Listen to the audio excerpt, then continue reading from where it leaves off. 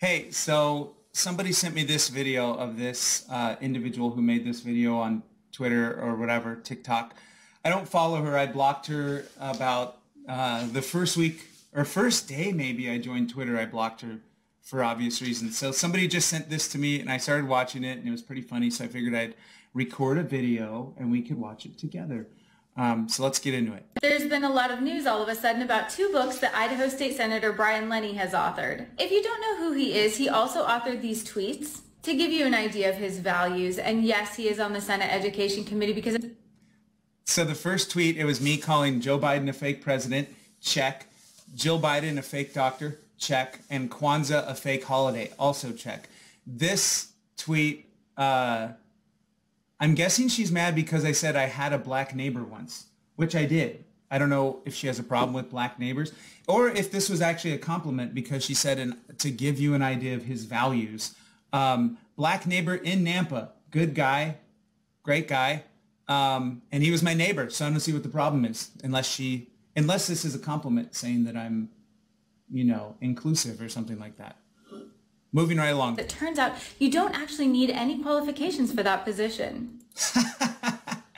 There's 1.8 million people in Idaho and only 9 get to be on the Senate Education Committee. So you know what the qualification is? Being a freaking Idaho senator. So that's hilarious. Moving right along, folks. Anyways, back to the books. I've got them. Thanks for the royalty check. We have Why Everyone Needs an AR-15 and Why is Feminism So Silly? Initial impressions, I feel a little catfished by the cover art. Once you get inside, the quality takes a significant dive. She's not wrong there. She's not wrong. That's what happens when you pay like $45 to a guy in a third world country to draw the illustrations. By the way, she's already spent, and we've already spent more time critiquing these books and me critiquing her video than I did writing them. So this is hilarious. And this one, the pages aren't even double-sided. It's just sloppy work. Thank you, Amazon Kindle Marketplace. Again, I don't really care that much. So moving right along. Oh, this is fun. If you want to email him, you sure can. I don't know what she said. If you want to email him, use your kin. I don't know what that means, but I don't know what she said there. Initially in the book, we have a lot of really boring exposition. Nobody cares. She cares because she made a video about it. Oh my gosh. Then we get to the Red Dawn fantasy of it all. The Red Dawn Fantasy. I forgot what that page was about. I wrote these like 5 years ago. I think this was about like people defending their homes against bad guys. Something like that. Red Dawn Fantasy, whatever. Then we get some logical fallacies with murky morality. Morality coming from a socialist atheist chick is hilarious because I don't know what her standard is for morality. Like AR-15s can't be bad because they don't have a heart or a brain. Were internment camps bad, Brian? They don't have a heart or a brain. What about socialism? So socialism can't be bad because it doesn't have a heart or a brain. Oh my gosh, she just dunked on herself so hard. Socialism definitely does not have a brain, as evidenced by this video and other things I've seen of her. Socialism does not have a brain. Yes, she's correct.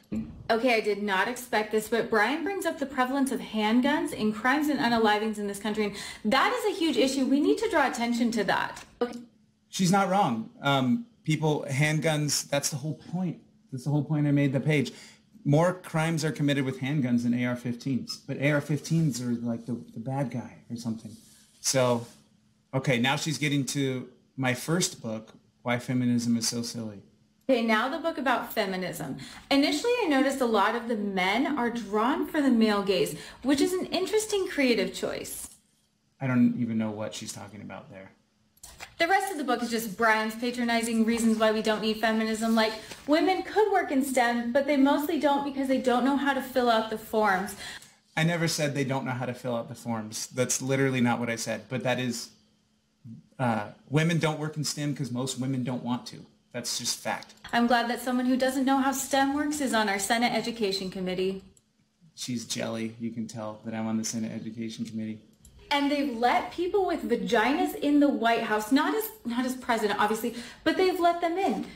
Not as president, obviously. That's a fact. That's a fact. We've never had a woman president. Checkmate, feminists. Checkmate, feminists. We've never had a woman president. We never have. I don't know what the source of contention is there. He also says there's no wage gap because Brian's a moron. There is no wage gap. That's true. There's no wage gap. There's no such thing. Men and women in America get paid the same amount of money for the same amount of work. Equal work for equal pay. There's no wage gap. There's so much stuff on this online, but it's a feminist talking point. So of course she's going to get fired up. But she did call me a moron, which really hurt. That really hurt. And that women can drive, so we don't need feminism because they drive places like the grocery store, the dry cleaners, makeup parties, and the gym, because where else would women need to go? Right, Brian? Wrong. I mean, is she saying that women don't drive to the grocery store, makeup parties, and the gym? I see women drive to those places all the time. Where else would women need to go? She's leaving a lot out on purpose, obviously, because in the book I say some women like to work. Some women want to have a full-time job. I talk about women in the military, women in law enforcement, women. She's giving you a one-sided thing. But yeah, we haven't had a woman president, and women do drive. But she also didn't mention that in the book I mentioned in some countries, women aren't allowed to drive. Women aren't allowed to go to school without their husband's permission. Women aren't allowed to wear a dress. So a lot of the book I talk about how great America is because women have the freedom to do whatever they want, such as drive, such as whatever. Let's see what else is here. I don't think we thank feminists enough for women's ability to dance. She doesn't like women dancers. I don't understand. Like there's women who are professional, like in the ballet. What's it called? The Russian symphony, whatever it's called. But I don't have a problem with women who want to be dancers. I guess she does. I don't know. And we almost had a woman president, so feminism accomplished. We almost had a woman president, but half of the country hates her, so she didn't make it in. And just to really disrespect stay-at-home moms, he says that their role is to make sandwiches. Oh, hold on. What's that? Here you go, babe. Thanks, babe. Overall, low-quality products from a low-value man. There's been a lot of low-quality products, she's correct. I think I put about an hour into each one of those. Low-value man, though, again,